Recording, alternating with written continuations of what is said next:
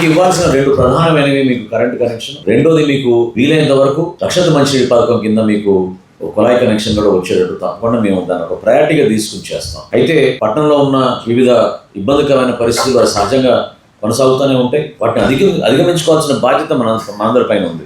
ఈ గతంలో ఉన్న వ్యవస్థ దళారులను ప్రోత్సహించి కొంతమంది కాంట్రాక్టర్లకి అప్పచెప్పారు పనులు. వాళ్ళందరూ కూడా 90% మోసం చేసి వెళ్ళిపోయారు. చివరికి లబ్ధిదారులు వచ్చి బాధ వ్యక్తపరిచినప్పుడు మన డిపార్ట్మెంట్ నుంచి పోలీస్ అధికారులు కూడా దాంట్లో ఇన్వాల్వ్ అయ్యి ఎన్నిసార్లు వాళ్ళు పిలిచి చెప్పినా కూడా పూర్తి చేయకుండా డబ్బులు ఎక్కడ పోయినా ఎవరికేం తెలియదు. ఆ పరిస్థితిలో ఒక అతని చివరి బహుశా మనమే అనుకుంటారు రాష్ట్రంలో జైలు కూడా పంపించాం అతని కాంట్రాక్టర్. సో ఆ మార్పు ఎందుకు తీసుకొచ్చామంటే కొంత అయినా వాళ్ళు ఒక చలనం వస్తుంది, కొంచెం మార్పు వస్తుంది.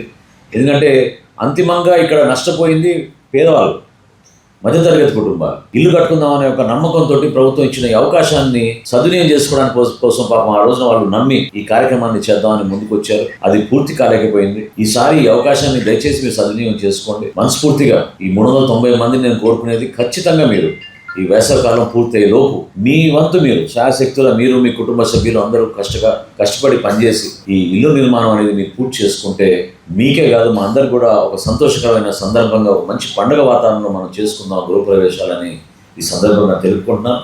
దీంతో పాటు నేను ఇందాక పీడీ గారితో వాళ్ళతో కూడా మాట్లాడాను. గతంలో కూడా నేను కేబినెట్ సమావేశంలో గౌరవ ముఖ్యమంత్రి గారి దృష్టి తీసుకొచ్చాను.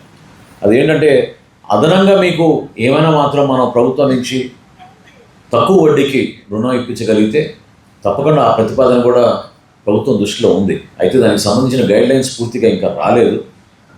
గైడ్లైన్స్ వచ్చిన తర్వాత ఎవరైతే లబ్ధిదారులు ఈ సందర్భంగా దాన్ని సద్వినియోగం చేసుకుంటున్నారో ప్రభుత్వం నుంచి ఇచ్చే ఈ 2,50,000 మీరు తక్షణమే ఉపయోగించుకోండి. ఎందుకంటే ఇది మార్చి 31 వరకే మనకి ఈ అవకాశం కలుగుతుంది.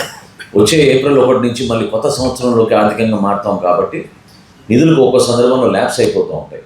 కాబట్టి దయచేసి మీరు ఆ పరిస్థితి తెచ్చుకోకుండా ఈ లబ్ధిదారులందరూ కూడా నేను కోరుతున్నాను, మీరు ఇమీడియట్గా మీరు వర్క్ స్టార్ట్ చేసి ఈ 390 మంది కూడా తెనాలి మున్సిపాలిటీలో